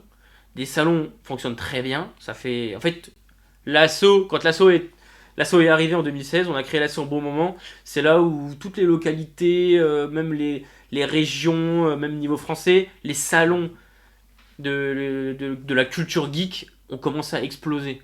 Donc on est arrivé en plein boom sur ce secteur-là. Donc on a eu des très belles opportunités. Donc on n'est pas du tout en manque d'opportunités. On pourrait même faire une presta presque tous les 2 semaines, si on le voulait. Donc l'objectif actuellement, c'est de conserver la motivation des troupes, que tout le monde reste super motivé, de garder les salons et les prestats que le staff préfère. Parce que le but, c'est de kiffer quand même. C'est pour ça qu'on va jusqu'à Paris pour faire la Japan Expo, parce que le staff adore, forcément. Donc le but, c'est avant tout de kiffer et de pouvoir, on va dire, garder les gens motivés sur le long terme. Parce que là, actuellement, on recrute. L'idée, c'est que tous les 1, 2 ans, voire 3 ans, on va dire que les membres les plus importants de l'association, les chefs d'équipe, ceux qui font partie du comité, il y en a toujours 1 ou 2 qui part parce que forcément, t'as pas les objectifs. Après, on était des étudiants. Donc là maintenant, on est tous, La vie de famille, on a 27, 28 ans. Nico, il a un petit peu plus. On a la vie de famille, l'ancien. Il y a la vie de famille, les projets, etc. Donc après, des fois, t'as moins le temps, etc. Donc t'as besoin d'un roulement, un turnover. Pour recruter de nouvelles personnes. Après, pour l'évolution de Caillot, Ouais. on a eu plein d'idées. Ce qu'il y a, c'est que on est d'accord et on est plutôt motivé même à aider nos membres à développer leurs idées. Bah oui. Si je me rappelle de Tidus qui avait extrêmement envie de lancer une chaîne Twitch. Pourquoi pas ? Ce qu'on a fait Ce qu'on a fait, pendant le confinement. on lui a mis à disposition le local, on lui a mis à disposition un ordinateur, un PC, des webcams, on lui a mis à disposition tout ce dont il avait besoin. Il y a même des graphistes qui lui ont fait tout ce qu'il Charte fallait graphique. pour monter une chaîne Twitch. Bon, après, il a perdu la motivation parce que ci, parce que ça, peu importe. Ouais. On est là aussi pour faire naître des projets chez nos membres et pour les aider à les réaliser. En fait, on a un contexte qui est très favorable à l'émergence de projets.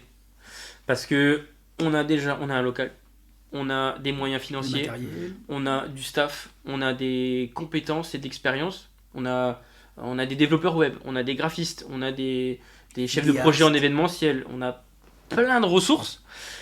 Ce qu'il faut maintenant, c'est aussi de la motivation. Là, actuellement, l'équipe est constituée d'une 20aine de personnes, mais ces 20 personnes-là, elles sont déjà, j'ai envie de dire, full bookées au niveau Caillot. On a une ou 2 prestats par mois déjà. Donc, il faut faire les salons, il faut faire les prestations avec les mairies, etc. Il faut s'occuper d'associations. Faire les devis, suivre les factures. Voilà, il y a beaucoup de choses, il y a beaucoup de travail en fait. Donc quand tu es bénévole, c'est pas évident. Donc là, en fait, on va dire que si un nouveau projet doit naître dans l'asso, ça sera sûrement via un recrutement externe d'une personne ou plusieurs personnes motivées qui veut monter un projet. Et l'association, au nom de Caillot, bien évidemment, ça reste une association, donc ça sera au nom de Caillot, mais ça sera un projet porté par une personne, une nouvelle personne, un nouveau chef d'équipe qui viendra, et on l'aidera, on l'accompagnera, on mettra tout ce qu'il faut à disposition. Ça a eu lieu sur la chaîne Twitch, comme l'a dit Nicolas, mais on l'a fait pendant le confinement. Donc pendant le confinement, forcément, tout le monde était à la maison. Disponible. Voilà, disponible. Donc là, on a pu mettre le paquet sur la chaîne Twitch, ça a très bien fonctionné pendant 2-3 mois. Et dès que la vie a repris son cours, ben là, c'était une autre histoire. Parce que faut pas oublier que voilà, quand tu es bénévole, c'est pas ton activité principale. Donc, faut trouver du temps et de la motivation. Qu'est-ce qu'il y a comme autre projet ? Je cherche. Autrement, j'ai plein de projets. Ouais. Hey, tu te souviens mon idée de partir à travers la France avec Ah ouais, il voulait faire un camping-car gaming. Je dis, ah la vache. avec une grosse finale à la Japan Vous comptiez Expo. passer ici au moins. Ah, on oui, ferait partie, oui, on évidemment. fait partie d'ici là. Mais voilà, mais en vrai, voilà, des idées, on fourmille d'idées, bien évidemment. Hein. Mais voilà, Comme tout projet, ça se budgétise, ça se planifie, ça s'organise. Et avec la motivation et un peu d'huile de coude. Mais franchement, au niveau ressources, on a tout ce qu'il faut pour faire des projets de malade. Ce qu'il faut, c'est trouver les gens. La ressource la plus importante, le matériel, c'est bien, le leadership. les locaux, c'est bien, etc. Mais il nous faut les ressources humaines, des personnes motivées et des personnes aussi impliquées. et qui sont prêtes à avoir des responsabilités. En fait, c'est assez simple, c'est pas trop difficile de trouver du staff qui est prêt à filer un coup de main. Des bénévoles motivés pour aller sur des prestats le week-end, en salon, etc. pour monter le stand. C'est du travail, hein, monter le stand, Sécuriser, surveiller le être stand. présent. Voilà. Ça, on trouve. Le démontage, revenir au local, c'est du travail, mais ça on trouve. Ce qui est plus difficile à trouver, c'est des personnes qui sont prêtes vraiment à s'investir dans le projet et qui sont prêts derrière à prendre du temps, à développer l'association, à prendre le leadership. Ça c'est plus dur à trouver. Ça demande vraiment plus des compétences de management. Des responsabilités aussi plus hautes. C'est clair. Mais nous, on le recommande, encore une fois, un message recrutement, voilà. C'est un énorme plus pour sa carrière professionnelle. Et oui. Nous, de base, on a créé l'asso, on va dire, même après la création, les membres du conseil d'administration, ceux, on va dire, les 10 membres qui ont le plus apporté depuis la création de l'asso, étaient tous étudiants. À part Nico, étaient tous étudiants au moment de la création de l'asso. Ouais, c'est Et ça nous a, au moment de rentrer sur le marché du travail, ça nous a ouvert de grandes opportunités qu'on n'aurait pas eues sans l'association. gérer une équipe, gérer un projet, Ouais. gérer un budget, être présent et s'investir bénévolement. Ouais. Mais en fait, une boîte, elle C'est recherche clair. la même chose. Ouais. hein. Ça être sur le terrain et apprendre. Franchement, on a appris énormément. Parce qu'on a une association, certes, mais on fait des prestats professionnels. Ouais. Donc on négocie avec des organismes privés, des organismes publics, on gère un budget, on fait des réunions, des meetings, on monte le projet de A à Z avec une budgétisation, comme le dit Nicolas, préparation du matériel, gestion du matériel. Donc en fait, ça touche énormément de métiers différents, même développement web, graphisme. Moi je suis devenu même graphisme, c'est mon travail maintenant, alors que de base, je faisais du Photoshop pour l'asso, quoi. Madame Siadou, si vous m'écoutez, j'écoutais pas pendant les amphis, mais je m'entraînais sur Photoshop parce que je faisais des affiches, quoi. Et j'ai trouvé un boulot en partie grâce à ça. en partie. Ouais. Donc on encourage vraiment les étudiants à s'investir dans ce genre de projet. Caillou, bien évidemment, ou d'autres associations, comme la vôtre, par exemple. Et franchement, c'est un gros plus dans sa carrière pro. Au pire, si besoin, on peut vous fournir quelques stagiaires. Les stagiaires, on en a, et on, on oui, prend. on prend, on en a eu. Et c'est généralement Nicolas, le maître de stage. Meilleur maître de stage de l'univers, je recommande. Hein. Ah bah, je serai présent à la soutenance, je relirai les rapports de service. Je confirme, hein, il est ultra présent. Ultra présent. Tu travailles ou pas des fois, toi? Les Employeur, si premières tu années me de vois. master, tant que votre chance. Hein. Du master CDL. Ouais, c'est clair. Mais justement, il n'y a pas eu un moment où, dans la vie de l'asso, où vous vous êtes dit est-ce qu'on professionnaliserait pas cette activité-là?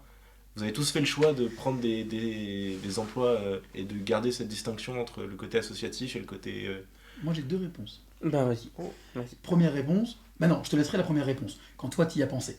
Ouais. Mais la deuxième réponse, c'est on a un membre dans l'équipe qui lui, voulait en vivre. Quand il a rejoint la sauce, il nous a dit « Moi, ce que je veux, c'est vivre de ça. Ouais. » Et après un an, où il a été chef de projet et motivateur, enfin, il était vraiment ultra présent. Après un an, il a créé son assos, et maintenant, il est payé par son assos. Mm. Et il est payé en tant qu'employé dans son assos à lui. Ouais. En fait, mais comme l'a dit Nico, dans une autre asso, et pas celle de Caillou. Pas Caillou. En fait, c'était un grand sujet. Bien évidemment, nous de base, quand on sort d'un garage de base, donc c'est un peu le cliché de la start-up qui grandit, quoi. Ça a pris une ampleur qu'on n'avait pas du tout anticipé. Nous, à la fin de l'année, la première année, on s'est dit bon, si tous nos calculs sont bons, si tous les tournois fonctionnent, à la fin de l'année, on devrait pouvoir s'acheter une console et 2 manettes. Voilà, maintenant, on a une vingtaine de consoles, une trentaine d'écrans à local. Bref, on a beaucoup de moyens parce que l'association l'évolution de l'asso a dépassé nos espérances. Et est venue l'idée de la professionnalisation avec le vice-président. Donc Nico est trésorier, je suis président. Et avec Eric, le vice-président, en fait, nous on était à l'IAE, donc c'est une école de commerce qui fait partie de l'Université de Lorraine.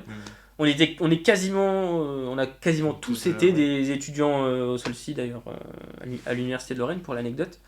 Et l'IAE propose un cursus d'étudiants entrepreneurs en un an. Vous avez fait le pile? Le pile, ouais. Pile, ouais. On a fait le pile pendant un an. Et l'idée c'était de développer l'asso, ou pas forcément l'asso, mais d'utiliser, de développer de faire passer Caillou au niveau supérieur, et à la fin de l'année, avec le PIL, de voir si c'était possible de la professionnaliser. Donc, on a développé à fond l'asso, donc c'était 2018-2019 avec Eric. L'asso a vraiment fait un bond. On a multiplié par 2 le chiffre d'affaires de l'association. Donc, on dit chiffre d'affaires, faut pas faire le raccourci ah ouais mais ils font de l'argent etc. Non, c'est pas du bénéfice, c'est pour pouvoir investir dans l'asso. Exactement, c'est pour investir dans l'association. C'est nécessaire qu'une association augmente son chiffre d'affaires pour pouvoir faire des projets de plus en plus gros. Investir dans du matériel. Voilà. Bah, c'était quasiment tout notre investissement part dans du matos, forcément. Et en fait, ça a très bien fonctionné, l'association a grandi, tout le monde a dit ouais mais créer une entreprise, transformer en entreprise, etc. Mais à la base c'est une association, elle n'a pas vocation à faire ça. Donc les gens qui font vivre l'association, qui ont rejoint l'asso à l'origine, donc ne seront pas venus pour ça. Donc il a commencé à avoir l'amertume. Pas encore de l'amertume, mais peut-être des questions. Des questions, voilà. Pas forcément de la négativité encore, mais des questions. Genre, mais c'est bizarre, pourquoi vous faites ça? Mais l'association, elle devient trop structurée, vous allez trop loin dans les projets, c'est trop professionnel, etc. Nous, on n'est pas venus pour ça. Donc, on a posé la question, on a fait une assemblée générale. Est-ce que vous êtes pour ou contre que l'asso devienne potentiellement une entreprise? Je crois qu'à 75%, il y a quand même des gens qui étaient pour. 75% c'était un non.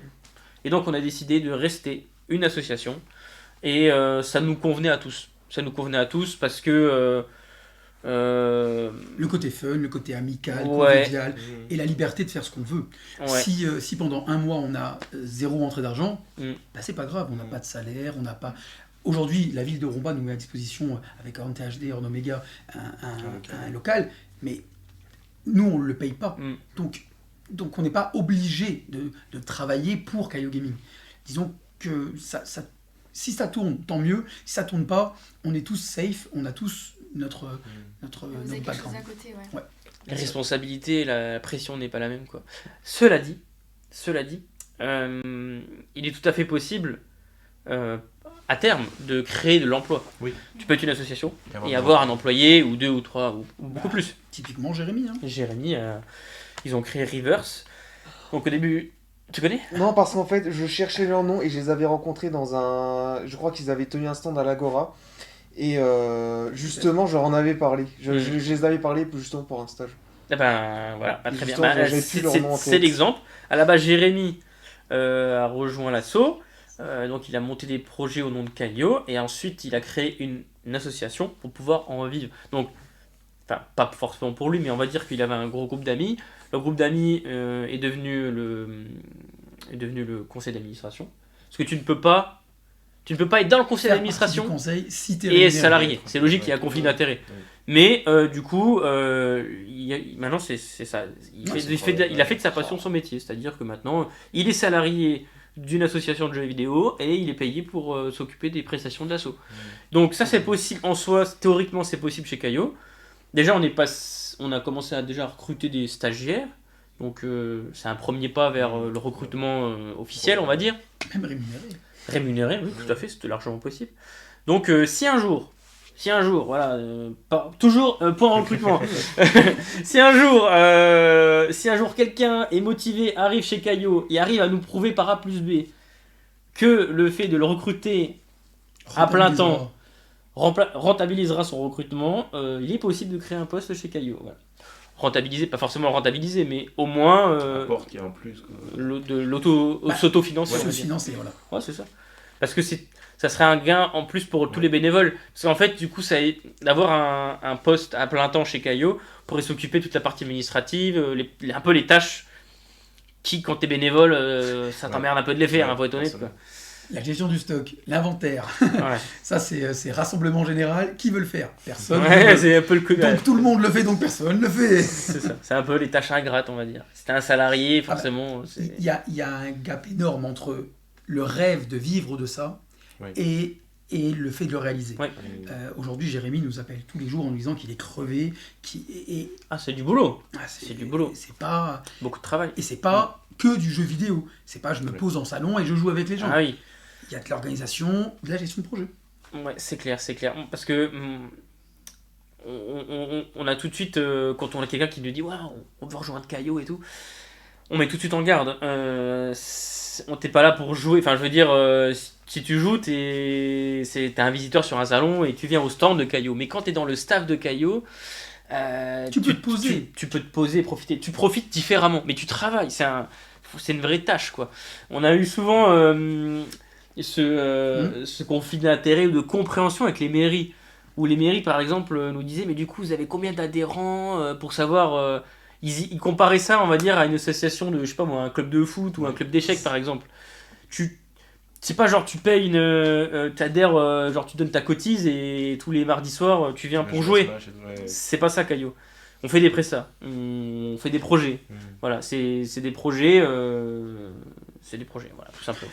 Après, grâce à ce local, tu peux Ah très oui, bien, bien tu peux sûr. très bien venir quand tu veux. Tu demandes un accès si t'as pas de badge ou t'as ton badge. Tu te poses sur un setup et tu joues. Hein. C'est clair.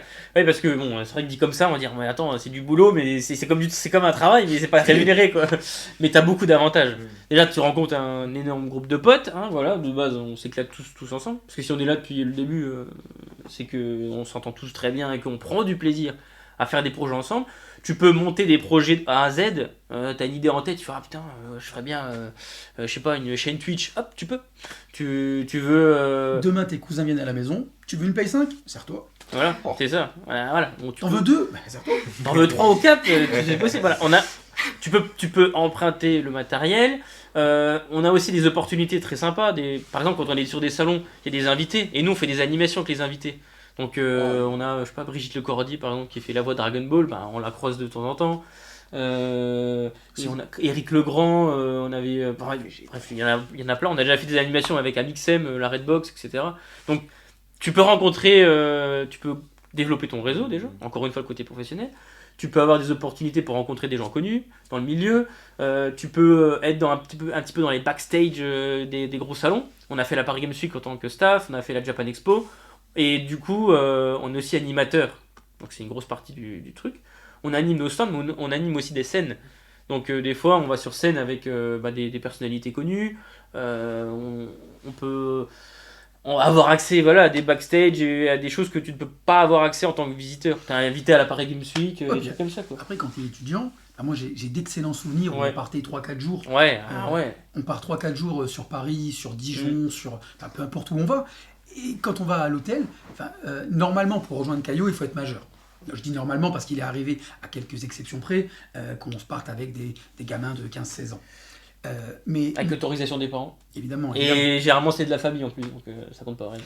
Mais bon, tu pars quand même pendant 3-4 jours avec un gamin qui a 18 ans, parce que au final, même s'il a 18 ans, ça reste pas forcément un mec qui a l'habitude de sortir et de partir loin de sa famille. Quand il a 18 ans et qu'il se retrouve tout seul à, mettons, Dijon, qu'on lui dit il faut que tu te lèves à 8 heures pour aller gérer le salon, il faut que tu ailles manger à midi, trouve-toi quoi manger, ou le soir on part tous ensemble au resto et ensuite on retourne à l'hôtel. C'est vraiment sortir de sa zone de confort et expérimenter un peu la vie loin de papa et maman. Bon, je donne mon CV à qui du coup envoie ton CV à Rivers, à Caillot, à qui tu Caillot d'abord. Non, Rivers, ils sont trop nombreux en ce moment, c'est bon. Ils ont du monde. Caillot, on recrute. Je vous remercie beaucoup. Merci à si vous. vous êtes intéressé par Caillot Gaming et suivre son actualité, vous pouvez. Donc il y a les réseaux qui vont s'afficher à l'écran. Voilà, comme ça, vous pouvez aller les suivre et vous abonner.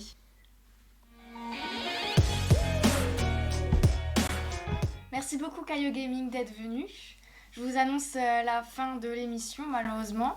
Donc on se retrouve pour un prochain épisode bientôt. Et à bientôt. Bye bye. Ciao.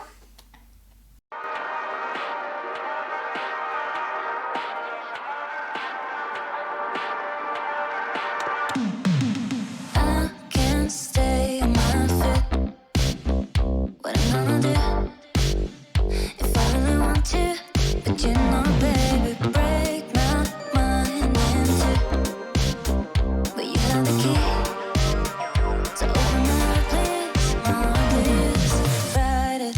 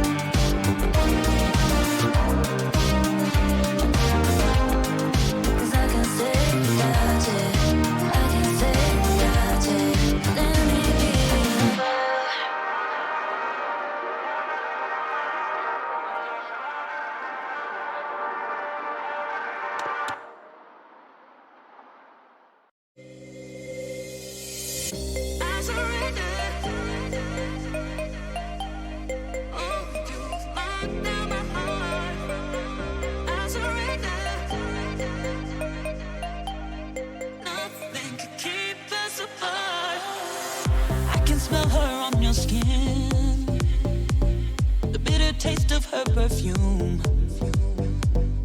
If my heart was yours to win, you don't deserve it, boy, you lose.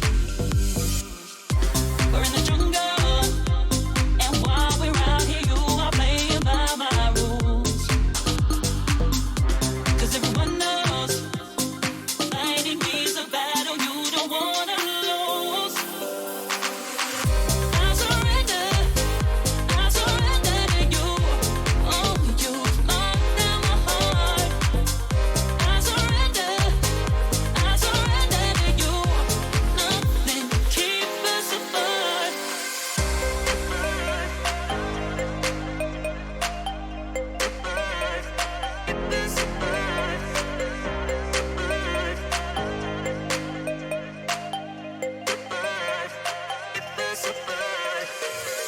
I can smell her on your skin, the bitter taste of her perfume. If my heart was yours to win, you don't deserve it, boy, you lose. We're in the jungle, and while we're out